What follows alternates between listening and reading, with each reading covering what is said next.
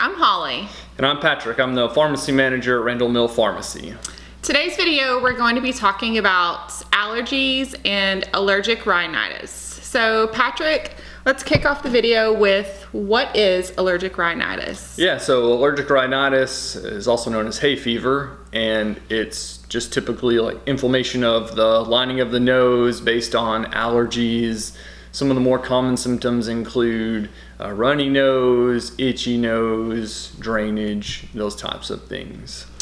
Okay, so what are some of the causes of allergic rhinitis? Yeah, so when you think about allergies, you can kind of think of it in two separate categories. We have outdoor allergens, which can be caused by pollen and mold. And then there's indoor allergens, which most often are caused by dust mites, cockroaches, things like that, which you would typically consider, indoor allergens.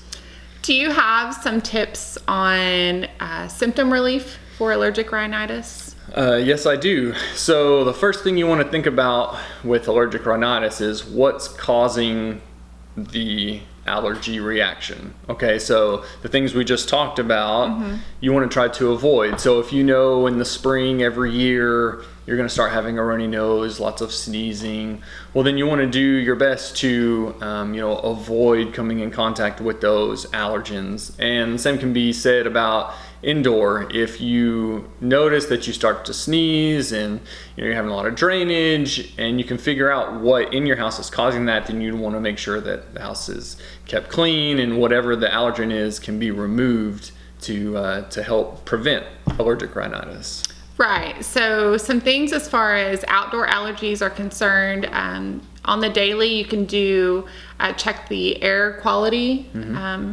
Sometimes they announce that on the news every day, as well as the pollen counts and the mold count as well. So if those are high and you know that those are your triggers, those are some things that you can do to prevent your allergy symptoms. And speaking on the other hand, some things that you can do as far as indoor allergies are concerned is, like Patrick mentioned, dust frequently, wash your bedding in hot water. Also make sure that coming from outdoors to indoors that you shower, wash your hair, just kind of, get all of the outdoor pollen, whatever's in the air, just make sure you wash it off before coming inside. So you spoke about some tips on some things that we can do as far as preventing allergies or identifying our triggers. Can you talk about some of the over-the-counter medication options available for allergic rhinitis? Sure. Yeah, so the number one option for allergic rhinitis over the counter would be a steroid type nasal spray, so something like Flonase or Rhinocort. And you want to start using these preferably a week before your allergens start. If you have seasonal allergies, every year in the spring or in the fall, I'm going to start having, runny nose. You want to definitely start using your nasal spray a week beforehand, but, you can start 2 to 3 days beforehand to make sure that that nasal spray is reaching its peak effectiveness before your allergens really start. That's the number one option. It's really kind of the main go-to to prevent allergic rhinitis. Some other options that you can use though would be to take like an antihistamine tablet that's over the counter, something like Zyrtec or Allegra or Claritin. Those pills will work to help reduce allergic rhinitis, and they're typically taken every single day, especially if you know your allergic rhinitis is bad in a certain time. You want to take it continually.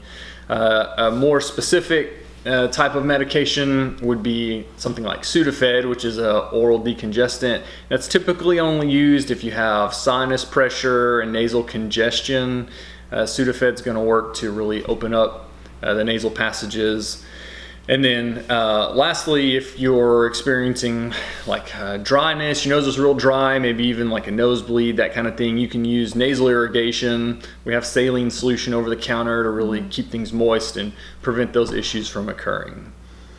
So some take-home points with allergic rhinitis or allergies is avoidance is key. So as we spoke before about outdoor allergies, know your triggers. If pollen count is a trigger for you, if high pollen count is a trigger for you, make sure you're aware of the air quality every day, especially during the spring and summer.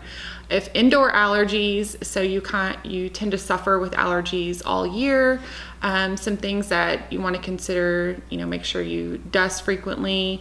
If pet dander is an issue, if possible, remove the pets from the home. I know that's kind of touchy, but if pet dander is an issue, that may be something that you need to consider. Over-the-counter allergy medication, like Patrick talked about, the nasal sprays, the antihistamines, the neti pots, all of those are available at Randall Mill, and feel free to come in and speak with one of our pharmacists, and they'll be glad to recommend something for you or your family member. And I think that wraps this video up. Mm-hmm. If you would have any more questions, please feel free to contact us at Randall Mill at 817-274-1883. You can ask for Patrick. And as always, remember to like this video. Please share. You can also find us on Facebook, TikTok, Instagram. And remember to stay safe, stay well, and we'll see you next month.